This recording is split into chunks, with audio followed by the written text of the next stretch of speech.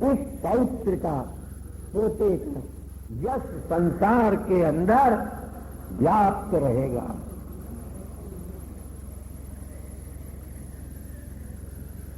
सज्जन लोग उस तुम्हारे पौत्र प्रहलाद के स्वभाव का अनुकरण करें और उस तुम्हारे पौत्र से सर्वेश्वर विश्वेश्वर भगवान भी प्रसन्न हो जाएं। वो भगवान का सबसे बड़ा भक्त होगा। अपनी भक्ति से अपने चित्त को शुद्ध करके देह आदि के अभिमान को त्याग करके भगवान के चरणार बिंदों में ही सदैव अपना मन लगाए रहेगा। वह संसार के किसी भोगों में लंपट नहीं होगा, उत्तम स्वभाव वाला होगा, गुणों का खजाना होगा और सारे जगत के शोक का नाश करने वाला होगा। ऐसा तुम्हारा पौत्र कुंडलों से मंडित है, मुखार बिंद जिनका कमल के समान जिसके नेत्र हैं, ऐसे भगवान श्री कृष्ण का दर्शन करेगा। मैत्रेयी कहते हैं पौत्र महा भगवान का भक्त भाग्यवान होगा और अपने पुत्रों का भगवान से वध होगा, ऐसा सुन करके और दिति को सांत्वना मिल गई। मैत्रेयी कहते हैं, हे विदुर जी महाराज, 100 वर्ष तक कश्यप के द्वारा धृत जो गर्भ था, धारित जो गर्भ था, उसको 100 वर्ष तक दिति ने रखा। ये भाई सृष्टि के प्रारंभ की बात है। हिसाब लगाएं, जरा से भी आश्चर्य की बात नहीं है। आजकल भी कई वर्ष तक स्त्रियों के गर्भ में बच्चे रहते हैं। 7 वर्ष तक तो हमने देखा एक स्त्री के गर्भ में बच्चा रहा, 7 वर्ष तक। दूसरा बच्चा 5 वर्ष तक और तीसरा बच्चा 3 वर्ष तक उसके गर्भ में रहा। प्रत्यक्ष देखी हुई बात है। और ये 100 वर्ष तक रहा, तो आज के जमाने में 5-7 वर्ष तक रह सकता है। तो इस समय तो 28वां कलयुग चल रहा है। इसके पहले 28 सतयुग बीत गए, 28 त्रेता युग बीत गए और 28 द्वापर युग बीत गए और 27 कलयुग बीत गए। ये 28वां कलयुग है। एक कलयुग 4,62,000 का, 4,32,000 का, और इससे दुगना द्वापर, तिगुना त्रेता और चौगुना सतयुग। अब आप इन सबको 28 से और कलयुग के 4,32,000 को 27 से गुणा करके फिर जोड़ लगाओ, तो रूल ऑफ 3 के हिसाब से भी आज जब गर्भ 5-7 वर्ष रह सकता है, उस समय इतने वर्ष तक रह सकता है। इसमें कौन आश्चर्य की बात है। अच्छा, 100 वर्ष तक रखा। उस 100 वर्ष तक गर्भ अंदर रहने के कारण सारे संसार में अंधकार व्याप्त है, कुछ भी नहीं दिखाई दे रहा। देवता लोग भयभीत होकर के ब्रह्मा जी महाराज से जाकर के और प्रार्थना करने लगे, महाराज संसार का अंधकार दूर कीजिए। आप तो सब कुछ जानते हैं, आपने भगवान की माया से ब्रह्मदेह को प्राप्त किया है, रजोगुण का आपने ग्रहण किया है सृष्टि के उत्पन्न करने के लिए। आप का ही निष्काम भाव से लोग ध्यान करते हैं। आप समस्त संसार के स्वामी हैं। आप सब संसार का कल्याण करो। इस अंधकार रूप विपत्ति से दया की दृष्टि डाल करके और कृपा करके हमको छुड़ाओ।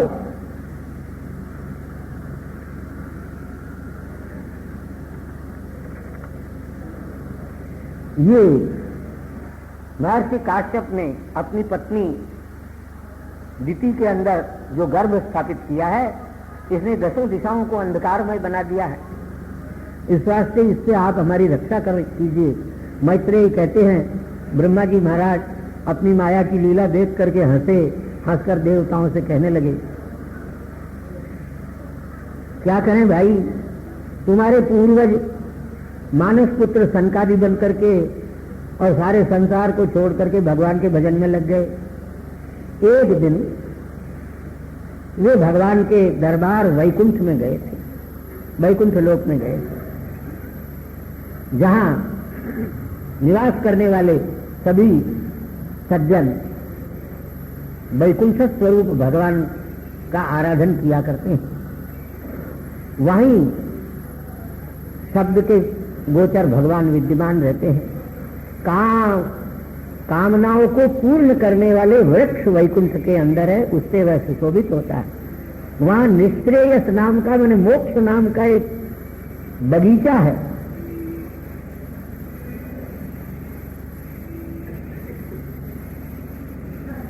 और उस बगीचे के अंदर बसंत में ऐसे फूल उत्पन्न होते हैं जिनकी गंध मात्र ग्रहण में आ जाने से बुद्धि नष्ट हो जाती है, लेकिन उस गंध के प्राप्त कराने वाले वायु का भी तिरस्कार करके और वे देवताओं की ललनाएं भगवान के गुणों का गान किया करती है।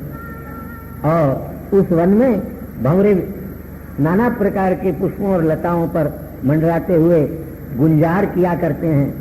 पारावत, कोकिल, सारस, चक्रवात, इनका शब्द वहां कंटिन्यू निरंतर चलता रहता है, क्षण भाग मात्र भी रुकता नहीं है।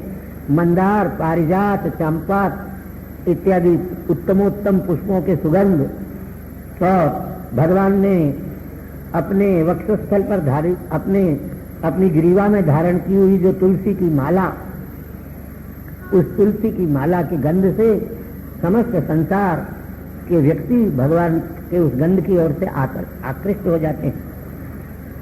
साधारण महिमा वैकुंठ की नहीं है।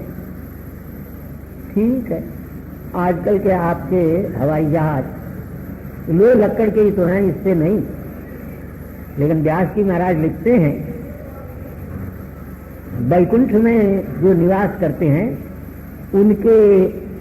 उनके जो विमान हैं, उनके जो हवाई जहाज है, वो तो पन्ने से बनते हैं, मरकत मणि से बनते हैं। और जो कम पुण्यवान हैं उनके कम से कम सोने से बनते हैं। चांदी वानी का काम लोह लक्कड़ का काम है।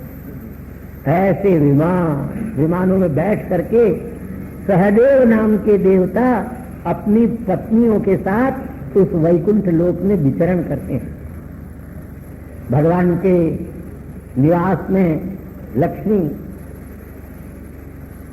और मकान ज्यादा से ज्यादा आप मार्बल के बना लो, चिप्स के बना लो, इटालियन मार्बल के बना लो, लेकिन वैकुंठ लोगों के मकानों की जो दीवारें हैं ये तो स्फटिक की बनी हुई होती है दीवारें वैकुंठ के मकानों की। ईंट पत्थर की नहीं, चूना सीमेंट की नहीं, चिप्स की भी नहीं और मार्बल की भी नहीं। वो लक्ष्मी समस्त संसार की ऐश्वर्याधिष्ठात्री, माधुर्याधिष्ठात्री भगवान के उस निवास स्थान में झाड़ू लगाती है। स्फटिक वह लक्ष्मी अपने निष्कुट में, आप लोग भी अपने बंगलों के सामने जो बगीचा लगाते हो, गृहा रामास्तु निष्कुटाः, ऐसे लक्ष्मी के और भगवान के घर के चारों तरफ भी एक बगीचा लगा हुआ है सुंदर। वहां जो दिव्याति दिव्य सौंदर्य, माधुर्य, सौगंध, सौरस्य से युक्त तुलसी के पत्र और तुलसी की मंजरियां, उनको लेकर के लक्ष्मी भगवान के चरणारविंदों का पूजन करती है। और वहां की बावड़ियां भी कन्ने से, हीरे से और माणिक्य से और मोतियों से बनी हुई है।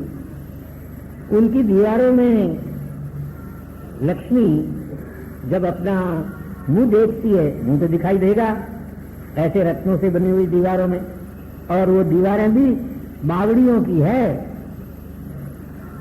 तो लक्ष्मी देवी समझती है ओ ये मेरे मुखार विंद का आस्वादन भगवान कर रहे हैं। परंतु व्यास जी महाराज कहते हैं जिनकी बुद्धि सांसारिक काम क्रोध लोभ मोह मद मात्सरी ईर्षा द्वेष छल छुद्र पाखंड में लगती है, उनको स्वप्न में भी कभी यह वैकुंठ लोक प्राप्त नहीं होता।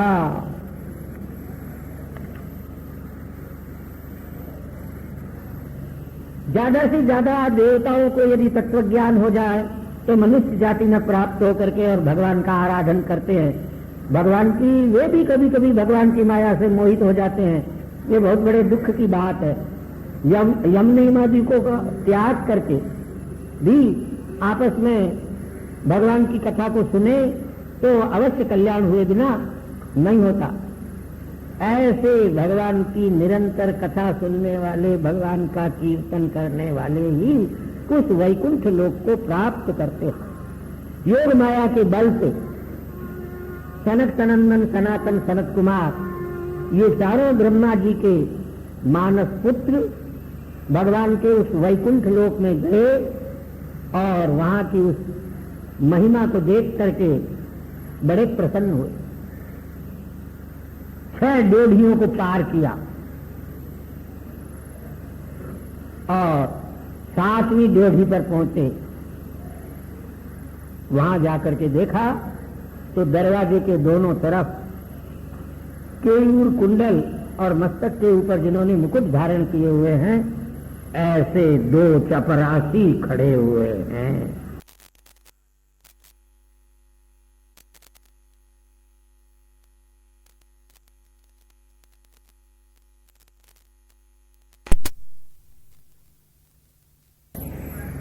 वनमाला उनके गले में सुशोभित हो रही है, लाल लाल उनके नेत्र हैं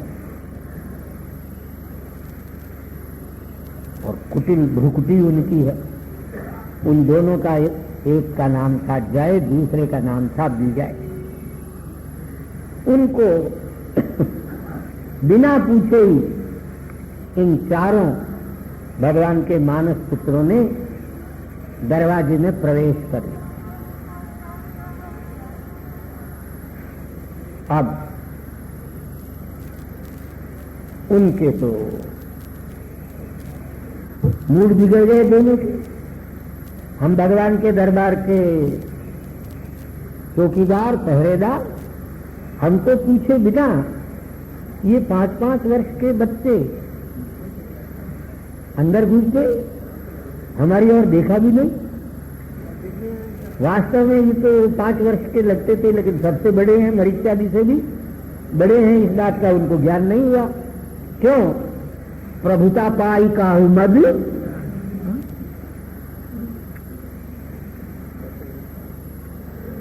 उन्होंने तुरंत अपने हाथ में जो बेट थी उससे कहा खबरदार, आगे नहीं जा सकते। तब वे बोले, सनक सनक इनमें से सबसे बड़े ने कहा, और बड़े दुख की बात, ऐसे स्थान पर रह करके भी तुम्हारे मन का कपट दूर नहीं हुआ और तुम्हारा स्वभाव इतना विषम हो गया। अरे विद्वान लोग, भगवान की कुक्षित स्वरूप जो वैकुंठ है उसमें निवास करके और भेद का लेश मात्र भी नहीं देखते। तुमने इस भगवान के दरबार में स्थान पा करके भी हमने और अपने आप में भेद की भावना की। तुमको यहाँ खड़े रहने का अधिकार है तो हमको क्यों नहीं भैया? तुमने हमें क्या भेद है? ये तो भगवान का वैकुंठ धाम है, यहाँ तो किसी प्रकार का भेदभाव होना ही नहीं चाहिए। बस तुम यहाँ रहने लायक नहीं हो, जाओ। काम क्रोध लोभ मोह जिस मनुष्य लोक में जीवों को सताते हैं, तुम वहीं चले जाओ, वैकुंठ लोक में रहने लायक तुम नहीं हो।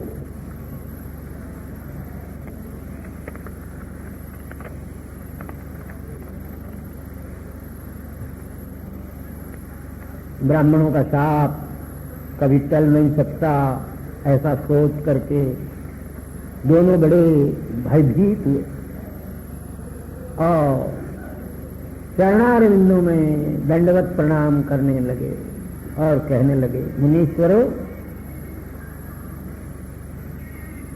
आपने हम पर बड़ी कृपा की, आपने जो दंड दिया वो हमारे जैसों के लिए उचित है, लेकिन इतनी कृपा करना, हम ऐसी अधम योनि, नीच योनि, राक्षसों में जाकर के उत्पन्न होंगे, लेकिन वहां पर भी भगवान के चरणारविंदों का स्मरण बना रहे, इतनी कृपा आप हमारे ऊपर कर दो।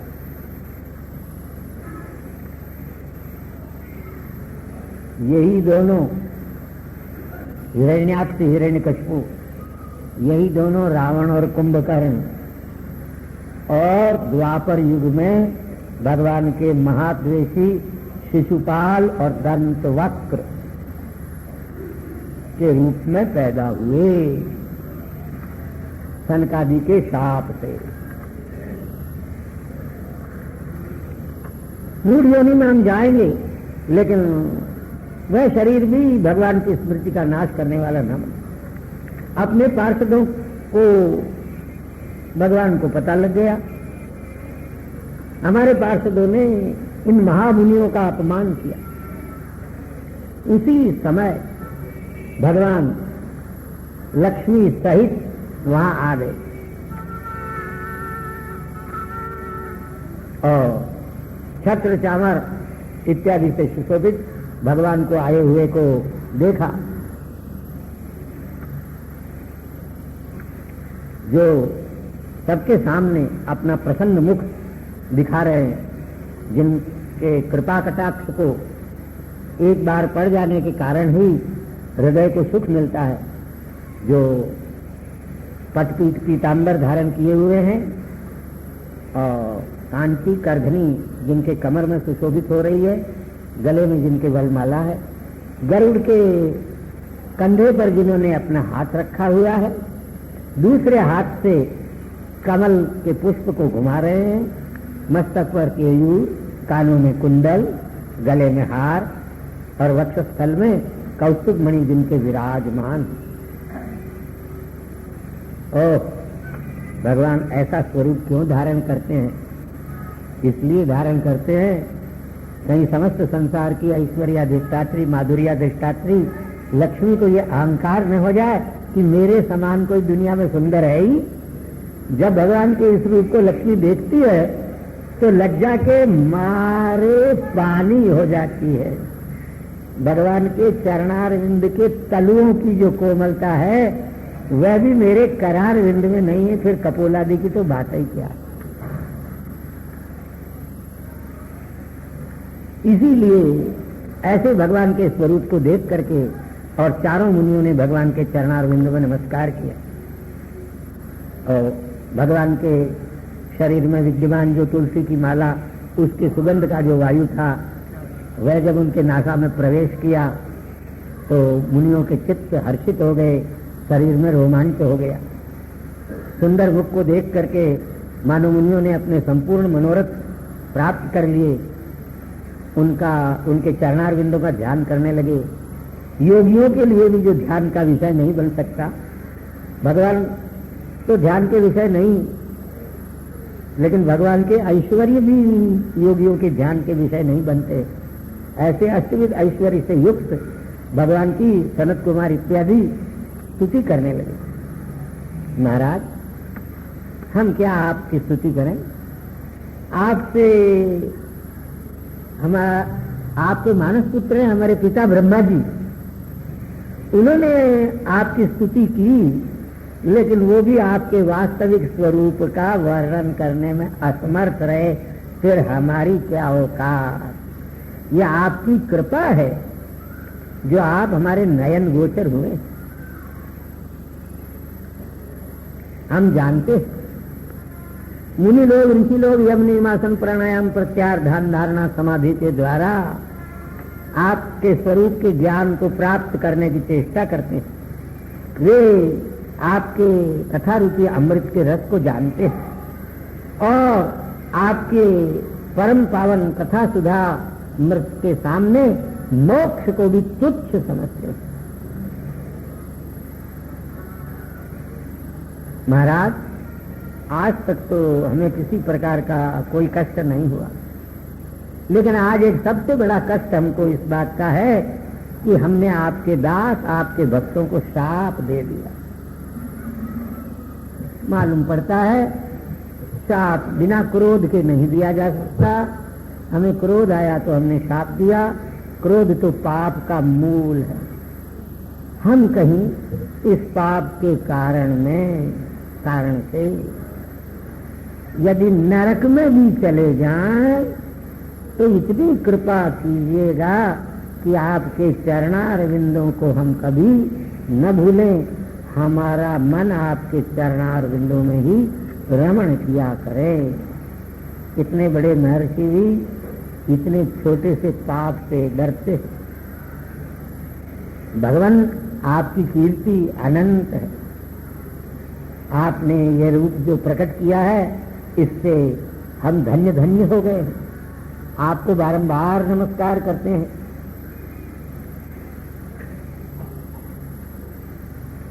देवता लोग मुनियों के इस प्रकार के वचन सुन करके उनका अभिनंदन किया देवताओं। तब भगवान ने कहा, ये जय विजय मेरे पार्षद तो हैं, मेरे सेवक तो हैं, लेकिन उन्होंने मेरा ध्यान नहीं रखा। ये नहीं समझा कि तुम मेरे अत्यंत प्रिय हो और तुमने कोई अपराध नहीं किया।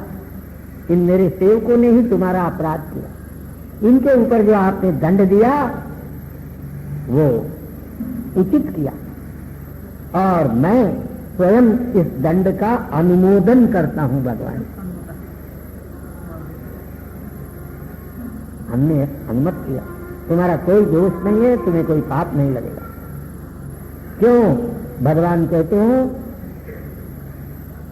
ब्राह्मण लोग तो मेरे लिए सबसे बड़े देवता हैं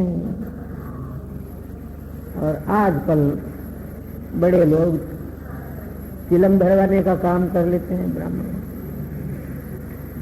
इसलिए भगवान कहते हैं, अपने पुत्र के पुत्र हैं भगवान के ये। भगवान के पुत्र ब्रह्मा और ब्रह्मा के ये मानस पुत्र। तथापि भगवान उनसे कहते हैं, आप कृपा करो और मेरे ऊपर प्रसन्न हो जाओ। मैं चाहता हूं आप मुझ पर प्रसन्न हो जाओ। महाराज, आप पर कभी हम रुष्ट हो सकते हैं? भगवान कहते हैं, भैया मुनिवरों, मेरे नौकरों ने अगर कोई अपराध किया तो मैंने ही किया और किसी का अपराध नहीं। मेरे आदमियों के द्वारा आपका अपराध किया तो मैंने ही अपराध किया। इसीलिए मैं आपको प्रसन्न करना चाहता हूं। मैं अपना अपराध मानता हूं। नौकरों का अपराध, नौकरों की क्या ताकत विचारों की। ये तो कहते हैं, दुनिया में कायदा है, कहते हैं अगर किसी का नौकर अपराध करे तो जिसका अपराध कहेगा, अरे तुम किसके आदमी हो, तुम्हारा मालिक कौन है? कहते हैं अपराध नौकरों के करने पर पकड़ा जाता है मालिक। भगवान के वचन है अपने पौत्र मुनियों के सामने।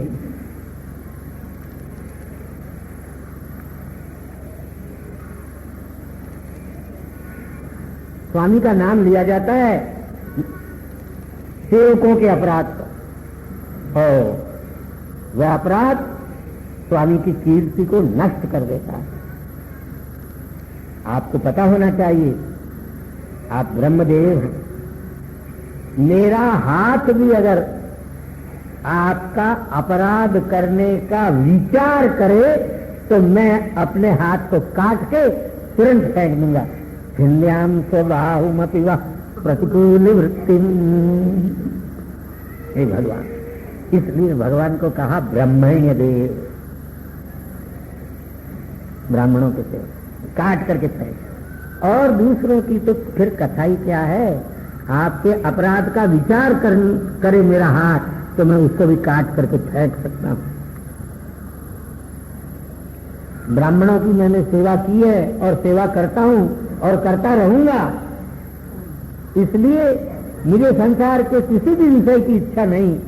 लेकिन ये लक्ष्मी, त्रिलोकी के ऐश्वर्य और माधुर्य की अधिष्ठात्री मेरे पीछे पीछे घूमती है। ये ब्राह्मणों की कृपा का और ब्राह्मणों की सेवा का फल है।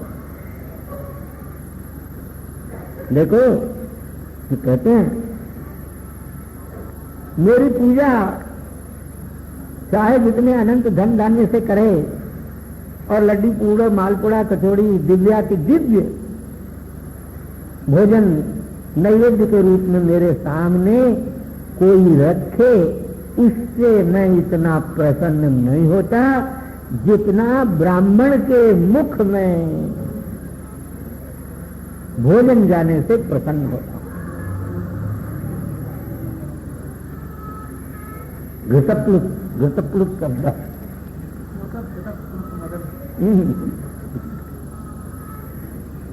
उसको लेता हूं। भगवान कहते हैं अदम ये नहीं, भक्त जो नैवेद्य लगाते हैं उस नैवेद्य को मैं ग्रहण करता हूं, उसका स्वाद भी लेता हूं, लेकिन ब्राह्मण लोगों के मुख में जो गिरता है उसके स्वाद जैसा मेरे मुख में गिरे हुए अन्न का स्वाद मुझको नहीं अच्छा लगता। एक एक ग्रास जो ब्राह्मण के मुख में जाता है उससे जितना मैं तृप्त होता हूं उतना मेरे नैवेद्य से तृप्त नहीं होता। और तो क्या, अग्नि में घी, दूध, दही ये परम पवित्र पदार्थ डालते हैं, वो भी मुझी को प्राप्त होता है, लेकिन वो भी मुझे इतने स्वादिष्ट नहीं लगते जितने स्वादिष्ट ब्राह्मण के मुख में डाले हुए भोजन लगते हैं।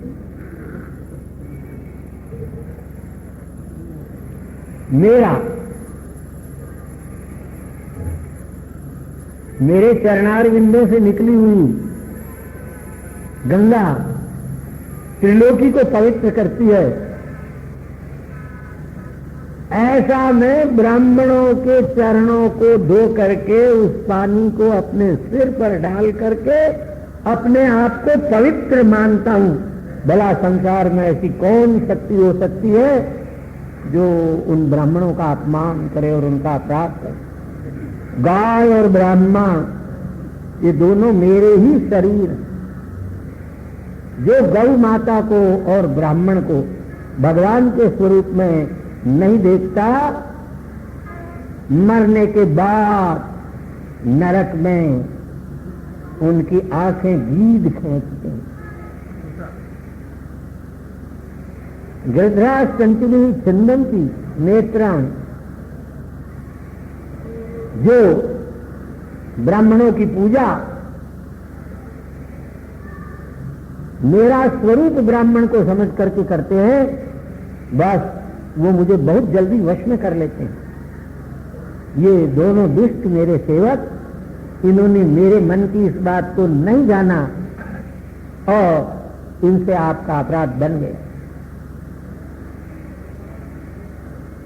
आप इतनी कृपा करो, ये बेचारे मेरे सेवक हैं, बहुत समय तक ये मुझसे अलग न रहे, मेरे चरणार बिंदों की सेवा में जल्दी ही आ जाएं, ऐसी कृपा मुझ पर करो भगवान। ऐसा करो। स्वामी जी महाराज कहते हैं, जब सेवक मनसा वाचा कर्मणा काया की छाया बन करके स्वामी की सेवा करेगा तो स्वामी भी अपने सेवकों के लिए ब्राह्मण से प्रार्थना करेगा। भगवान सेवक सेवकपना और भगवान स्वामीपना कैसा होना चाहिए ये बतला रहे।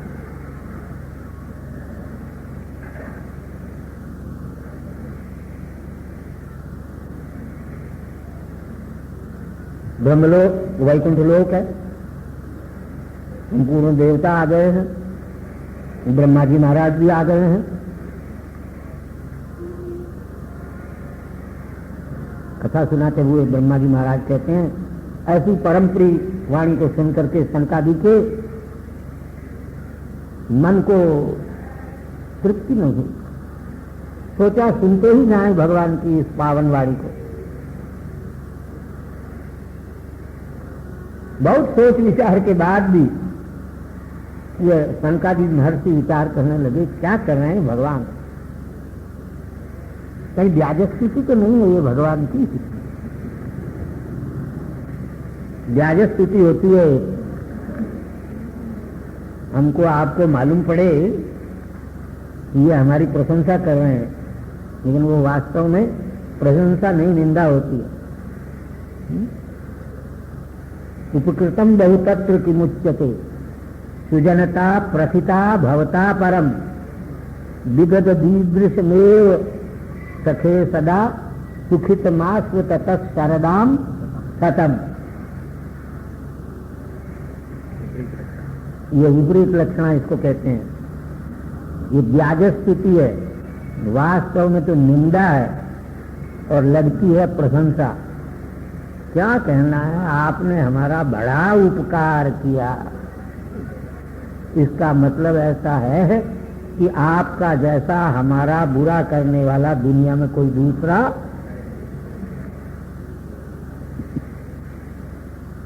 उपकृतम बहुतत्व, आपने जैसी सुजनता, आपने जैसा सौजन्य दिखाया, उसकी क्या हम प्रशंसा करें। ये सीधा सीधा अर्थ मालूम पड़ता है, लेकिन इसका अर्थ ये है कि आप जैसा दुर्जन संसार में कोई नहीं है, आप जैसा दुष्ट, आप ऐसी कृपा करो, सदा ऐसा ही किया करो। इसका मतलब खबरदार अब हमारी ओर आंख उठा करके भी मत देखना। भगवान करे आपकी 1000 वर्ष की आयु हो, अर्थ है इसका तुम कल ही मर जाओ तो अच्छा, बहुत ज्यादा अच्छा हो। इसको व्याजस्तुति कहते हैं। ये महर्षि विचार कर रहे हैं सनकादि मुनि कि भगवान ये हमारी प्रशंसा कर रहे हैं या निंदा करते हैं। भगवान की माया का कुछ पता नहीं लगता। ऐसे वचन भगवान ने बोले हैं जो हम तो क्या बड़े बड़े ज्ञानी भी इन वचनों को समझ नहीं सकते। है भगवान ही हमारा कल्याण करेंगे ऐसा सोच करके और शांत हो गए। मैत्रेय कहते हैं, हे विदुर जी महाराज, देवताओं ने जब ब्रह्मा जी का वाक्य सुना, वो दिति के गर्भ में ये दोनों विद्यमान हैं और देवता लोग संसार में अंधकार हो गया, इसलिए ब्रह्मा जी से जाकर के तो ये कहां से आए, इनकी पैदाइश क्या है, इस बात को ब्रह्मा देवताओं को बता रहे हैं। बस ब्रह्मा जी से जब सुना कि भैया ये दिति के गर्भ में वो दोनों भगवान के सेवक जय दिते हिरण्याक्ष हिरण्यकशिपु के रूप में आए हैं, ये पैदा होने वाले हैं, इनके पैदा होने के पहले ही दुनिया में अंधेरा छा गया।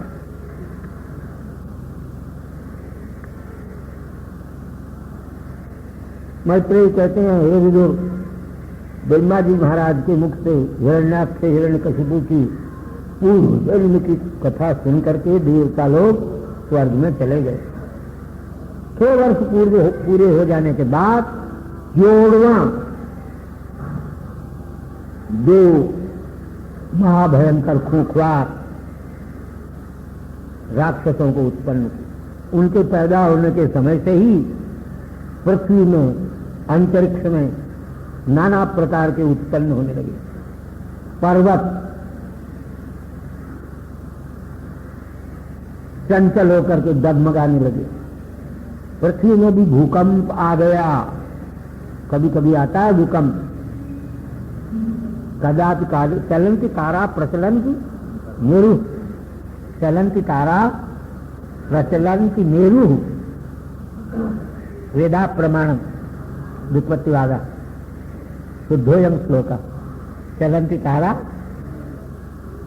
प्रचलंती मेरु, कदापि काले पृथ्वी चलंती, एक वचन बहुवचन, एकत्व में अन्वय, वेदा प्रमाणम इति वत् व्युत्पत्तिवाद।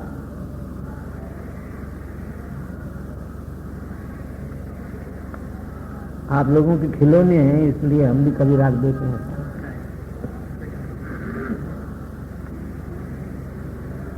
तो कभी कभी तो बस पृथ्वी में भूकंप आ गया और दिशाओं में आग लग गई, सारी दिशाएं। धूम्रकेतु का उदय हो गया, वायु भयंकर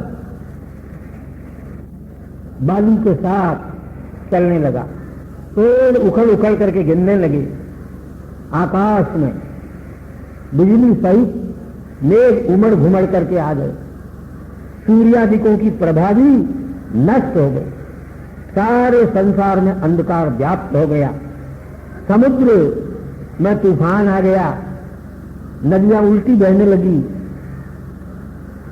नहीं कुएं बावड़ी का पानी भी बाहर आकर के और गिरने लग गया, सूर्य के चारों ओर तरफ घेरा दिखाई देने लगा और अकाल में राहु सूर्य को चंद्रमा को बहने लगा।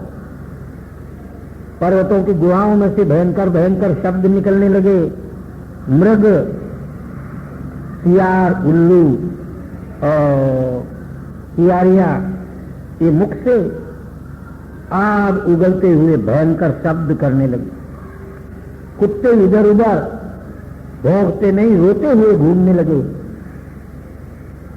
गधे अपने तीखे तीखे खुरों से पृथ्वी को फाड़ने लगे और इधर उधर घूमने लगे। उन गधों के भयंकर शब्द से पेड़ों की टहनियों में रहने वाले बेचारे पशु पक्षी अपने घोंसलों से नीचे आकर के और गिर गए हैं और पशुओं को गोबर गोमूत्र निकल गया, मलमूत्र निकल गए पशुओं,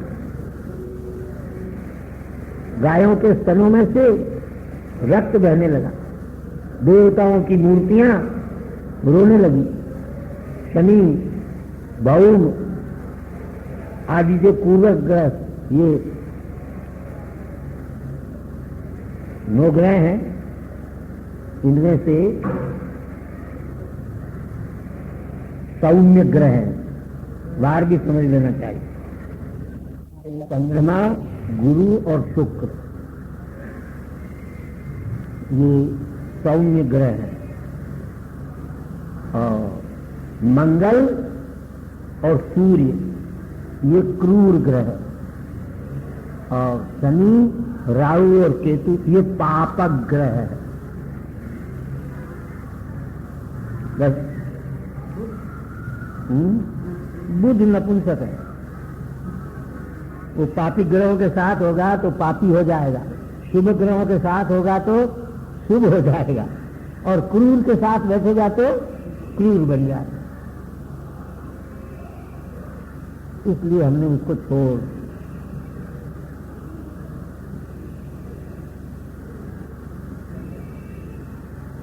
ये इन्होंने क्या किया देखो, इससे भी पता चलता है कि ये चलते हैं। इन्होंने चलते चलते छलांग मार करके और शुभ ग्रह जो गुरु और बुध थे उनको पीछे कर दिया और स्वयं आगे बढ़ चल पड़े। इनकी गति में उछाल आ गई और ग्रह आपस में उल्टे चल करके एक दूसरे से लड़ने लगे और भी बहुत से उत्पातों को देख करके देवता लोग और ऋषि मुनि आदि भयभीत होकर के मालूम पड़ने लगा ये सारे संसार का प्रलय हो जाएगा। वे दोनों ही आदि दैत्य हैं, अपने पुराने भयंकर स्वरूप को उन्होंने धारण कर दिया। उनका शरीर लोहे जैसा मालूम पड़ता था और पर्वत की तरह पैदा होकर ही बढ़ गए। क्या कहना, उनके मस्तक पर जो सुवर्ण का किरीट था उससे जो किरणें निकल रही थी वो स्वर्ग तक पहुंच रही थी और उनकी जो कमर थी वो सूर्य लोक तक पहुंच गई। ऐसा उनका शरीर था। महर्षि कश्यप ने, उनके ही पुत्र हैं, क्या कहें, नामकरण तो करना चाहिए। एक का नाम रख लिया हिरण्याक्ष। हिरण्य कहते हैं सोने को, सोने के समान है आंखें जिसकी, और हिरण्यकशिपु आप टेरेलिन का लगा लो, नाइलॉन का लगा लो, सिलीन का लगा लो, लेकिन हिरण्यकशिपु का जो तकिया मसनद था वो था सोने का।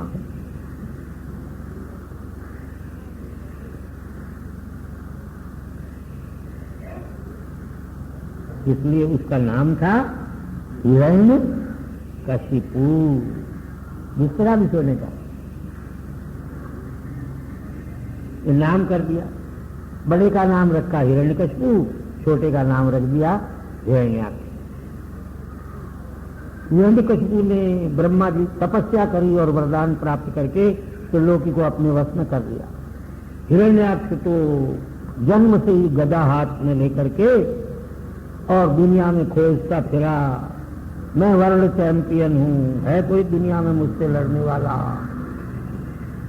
घूमता घूमता स्वर्ग में चला गया। ऐसी गदा चलाता था जिसके वेग को कोई संसार में सहन नहीं कर सकता था। उसको कंधे पर रखकर शौर्य और वीर्य और बल तीनों से गर्वित होकर के किसी प्रकार का भी जिसको भय नहीं है, ऐसे उस दैत्य को देख करके देवता लोग बेचारे पहाड़ों की गुफाओं में जाकर के छिप गए।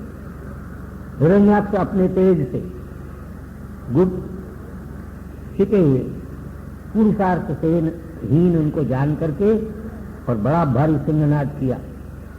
स्वर्ग से वापस लौट आया, यहां तो कोई मुझसे कुश्ती करने वाला, भिड़ने वाला है नहीं, लड़ने वाला, चलो समुद्र में प्रवेश। उसको देख करके वरुण के दूत जो थे जल पर, वो कांप उठे, बड़ी मुश्किल से अपनी रक्षा कर सके। अनेक वर्षों तक वो समुद्र में किल्लोल करता रहा। करते करते एक दिन विभावरी नाम की वरुण की पुरी में पहुंच गया। वहां वरुण को देखा और देख करके सोचा ये हमसे पहले पैदा हुए देवता हैं, कम से कम प्रणाम तो कर लें। लेकिन हंसते हुए प्रणाम किया,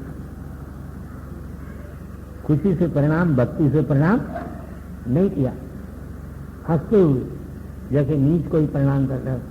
बाबा जी, आजकल के लोग, हम लोग कहीं जाते आते हैं, खास करके मोटर में बैठ जाएं, तब तो फिर आजकल के नौजवान बाबा जी महाराज, हम समझ जाते हैं ठीक है भाई, प्रणाम नहीं, मजाक कर रहे हैं। अर्थ उसका होता है आप और मोटर में, आप और हवाई जहाज में।